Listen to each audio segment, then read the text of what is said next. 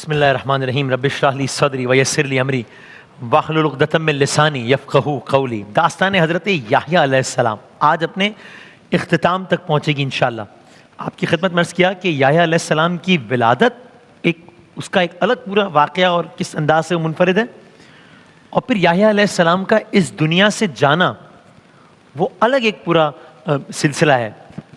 اور یعنی اس طرح ہے کہ گویا امام حسین نے بھی بار بار حضرت یحییٰ علیہ السلام کا تذکرہ کیا ان کی شہادت کے حوالے سے۔ وہ کیا ہے وہ آپ کی خدمت میں عرض کریں گے۔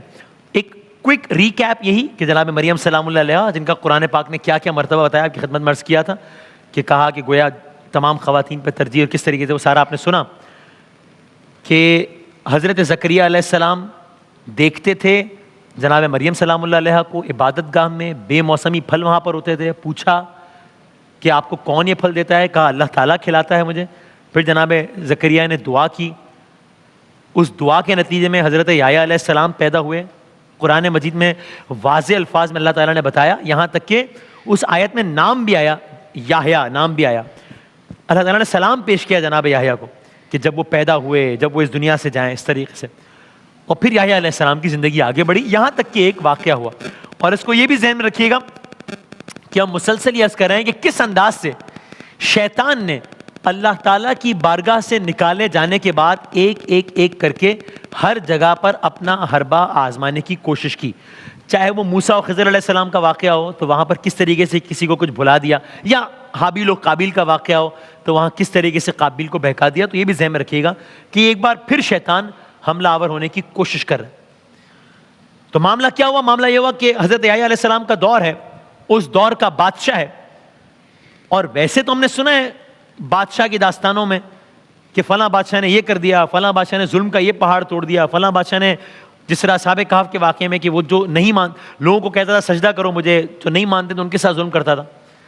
اس بادشاہ کی داستان ذرا منفرد ہے، یہاں ایک الگ کام ہوا، ایک عجیب کام ہوا، یا گویا وہ کام ہوا جس کا تصور بھی انسان نہ کر سکے۔ اور وہ کیا تھا کہ بادشاہ نے اس بات کا ارادہ ظاہر کیا، مشہور مختلف اقوال ہیں، سب سے مشہور قول کے مطابق اپنی ایک محرم سے رشتہ ازدواج میں منسلک ہونے کا ارادہ ظاہر کیا، ایک محرم سے نکاح کا ارادہ ظاہر کیا بادشاہ نے۔ بات عام ہو گئی، یحییٰ علیہ السلام کا دور تھا، نبی اللہ تھے، تو اب ظاہر ہے کہ اگر ان کے ہوتے ہوئے یہ کام ہو جاتا اور وہ اس کی مخالفت بھی نہ کرتے تو پھر تو ایک گویا ایک ٹرینڈ سیٹ ہو جاتا کہ یحییٰ علیہ السلام کی موجودگی میں سب کچھ ہوا، انہوں نے مخالفت نہیں کی اس کی۔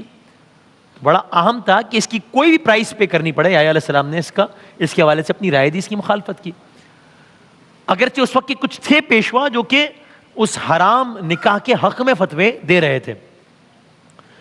چونکہ معاشرے میں کوئی بھی حق بات کہنے کی جرت نہیں کر رہا تھا تو اللہ کے نبی کا ظاہر ہے منصب تھا، انہوں نے فیصلہ کیا۔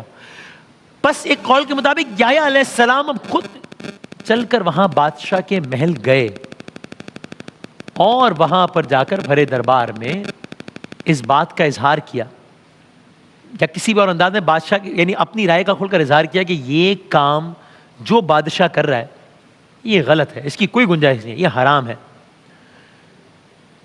اب یہ بات کرنے کی اپنی ایک پرائس تھی، اپنی ایک قیمت تھی، چونکہ بادشاہ بہت زیادہ مائل تھا کہ اس نے یہ کام کرنا ہے۔ یحییٰ علیہ السلام نے اس کام کی مخالفت کی۔ اب جب یحییٰ علیہ السلام نے یہ کہا تو بادشاہ کو یہ بات ناگوار گزری، لیکن بادشاہ چاہتا یہ تھا کہ کسی انداز سے یہ معاملہ مطلب بات تلخی تک بھی نہ جائے اور بس یہ معاملہ حل ہو جائے۔ قصہ مختصر یہ، آگے بڑھتے ہیں، قصہ مختصر یہ کہ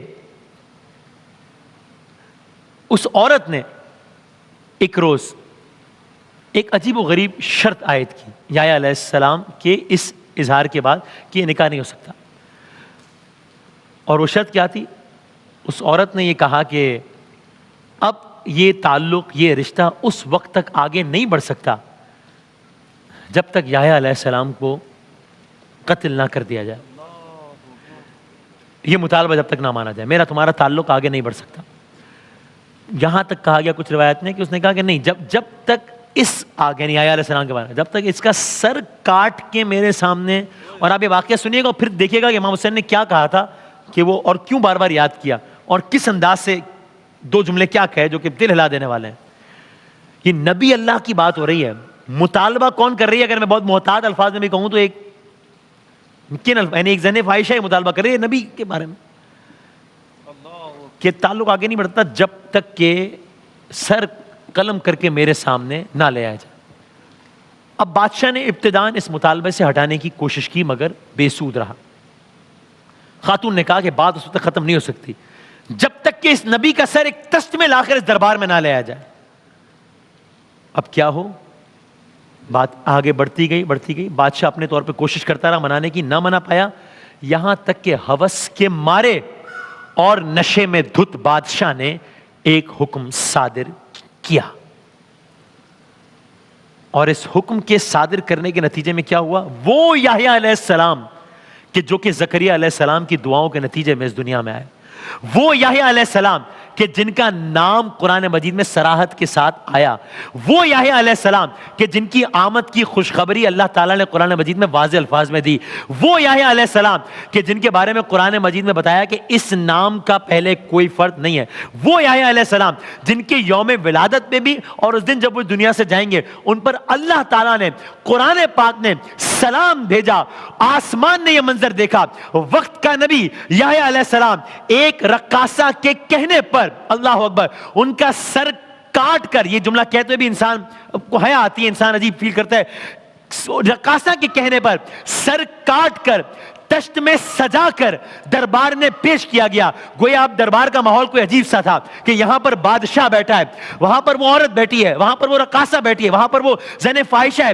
کچھ روایات میں یہاں تک آیا, کچھ کتابوں میں یہاں تک لکھا ہے کہ گویا دو تشت, آپ سوچئے ایک دربار ہے, دربار میں بادشاہ بیٹھا ہے, یہ عورت بیٹھی ہے, وہاں پر دو تشت ہیں, اللہ اکبر, کہ جس میں ایک تشت میں یحییٰ علیہ السلام کا سر ہے اور ایک میں آپ کا خون ہے.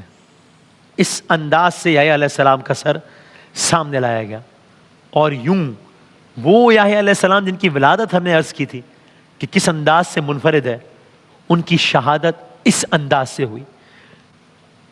میں نے عرض کیا تھا کہ امام حسین کا ایک قول, امام حسین کہتے ہیں, اور آپ جانتے ہیں واقعہ کربلا سب نے سنا ہوا ہے کہ امام حسین کا بھی سر مبارک قلم کیا گیا, نوک نیزہ پہ بلند کیا گیا اور سارا کچھ. امام حسین کہتے ہیں اس دنیا کی رہتی, یعنی یہ قول یحییٰ علیہ السلام سے متعلق اور دنیا کے آخری دن تک کے لیے ریلیونٹ ہے قول. کہا اس دنیا کی بے وقعتی کے لیے, اس دنیا کی بے وقعتی کے لیے اتنا ہی کافی ہے کہ یحییٰ جیسے نبی کا سر کاٹ کر ایک زن فاحشہ کے سامنے بھیج دیا گیا. یہ کافی ہے اس دنیا کی بے وقعتی کے لیے. اللہ اکبر, اس دنیا کی بے وقعتی کے لیے کافی ہے کہ یحییٰ جیسے نبی کا سر کاٹ کر ایک زن فاحشہ کے لیے دربار میں پیش کر دیا گیا.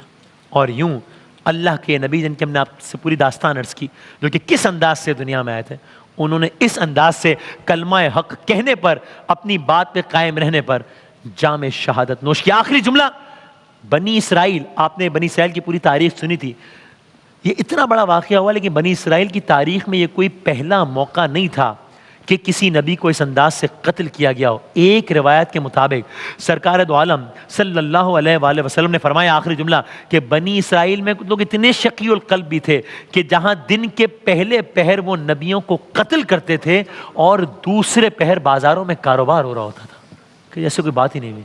پہلے پہل قتل ہو رہا ہوتا تھا نبیوں کا, اور دوسرے پہل بازاروں میں کاروبار ہو رہا. یہ تھی داستان حضرت یحییٰ علیہ السلام. ایک نئی داستان کے ساتھ کل حاضر ہوں گے انشاءاللہ.